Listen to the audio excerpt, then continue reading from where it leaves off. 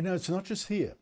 And now French President Emmanuel Macron warns that the opening ceremony of the Paris Olympics, that's in July, might be moved indoors if the terrorism threat is too high. France has, as you know, been hit by some terrible Islamist attacks. The danger has already forced the organisers to halve the planned crowd to 300,000 people, who at this stage will still gather around the river, the Seine, but that could now change because it's a dangerous world, as you know. Joining me from London is writer, broadcaster and columnist Esther Krakue. Esther, great to see you again. Britain, of course, has had its own terrible Islamist attacks, bombings in London of buses and trains, a concert in Manchester. Did the stabbing in Sydney of a Christian bishop during a live stream service make big news in Britain, or are you sort of habituated?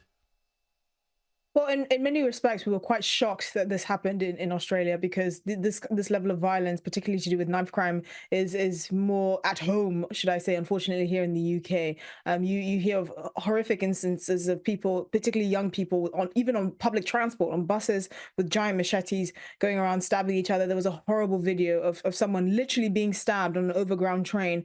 That the victim was lying on the ground. The person continued to stab him, and passengers had to pull him off and restrain him. So this is actually something that we're shocked happened in Sydney. But the rising threat of terrorism, particularly Islamist terrorism, is not just happening in the UK. It's happening all over Europe. The most recent Champions League games in Liverpool here in the UK and in Madrid in Spain. Police were on high alert because of sort of warnings from ISIS that they were going to attack. It's really awful. Now, in the case of the Sydney stabbings, obviously in Bondi, which were horrific, there were people that jumped to conclusions and thought they were Islamists, which is obviously very wrong. But I think the wider threat is the fact that many of these Western countries don't know the people that are entering their countries. They don't know who's infiltrating their borders and the ideologies that they're bringing along with them. And the native population is suffering from it. And unfortunately, we're going to probably see a rise in this sort of violence from these aliens with evil ideologies. I mean, the French know it very well. Look at the Bataclan attacks in 2016, where they actually also targeted a sports venue during the Germany versus France friendly. So unfortunately, many Western countries have to be on high alert, and we have to be unafraid to have frank conversations about the kinds of people we're letting into our countries. You make a good point. People tend to forget in the West that you import not just a person, but a culture. I think there's an arrogance here that people will automatically lovingly embrace the culture they're coming to rather than hang on the one they're coming from. That is not necessarily always the case. Over the weekend, you've had British jets helping Israel to shoot down all those missiles and drones fired at Israel by Iran. But meanwhile, your Labour leader, Keir Starmer, had pro-Palestinian activists actually camp outside his home, forcing his Jewish wife to stay somewhere else for her security. This is getting really ugly, Esther. I mean, it's got to the point where it's absolutely ridiculous. I mean, the Prime Minister recently earmarked millions of pounds to boost security for members of Parliament because they're facing these rising threats. I mean, this particular group that camped outside of Keir Starmer's house are called Youth Demand. And the name denotes as stupid as they sound. It's just a bunch of young kids with nothing better to do than to demand things that they want, because clearly they think they know better than everyone else.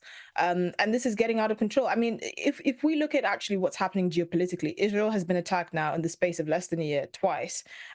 In the case of the recent Iranian attacks, you actually had other Muslim countries coming to the aid and defending Israel. So I really don't understand where these people are getting their geopolitical news from. And it's become so painful. I've actually even taken a step back from talking about it on Twitter, because I just don't understand the logic. These people have no understanding of history or basic warfare or of what it means to be an ally or anything like that. And this is the manifestation of it. You have young, ignorant people doing stuff like this and putting people's lives in danger. Yeah, but Esther, I reckon a lot of that is explained by the fact that human beings, political events, tragedies exist not in their own reality, but just as metaphors or symbols to be pushed around in an ideological war in people's head. There's nothing real about it. They engage the world like it's some sort of shadow play. But you mentioned Twitter, Esther. I got to correct myself, or is it correct myself? I look up normally what you've been up to. I look up Esther K because I'm too lazy to type out Esther C. Krakue. And I swear it's not my own fault. You tap on when you get the result, Esther K, as I did this time, and something went wrong. Your link has been hijacked, Esther. It doesn't exist, but it Yes. does. I need to get it back. No, I think it's just it's a mistake of my last name. But it'll probably self-correct. But Twitter has been a cesspit these last few days. I mean, I'm actually shocked. I'm a bit offended as a British taxpayer that this is the quality of sort of graduates, school graduates that they're pumping out, that they have no understanding, not even of World War II or any basic history. I mean, the kinds of things we've been seeing is just what a waste of taxpayer money, honestly.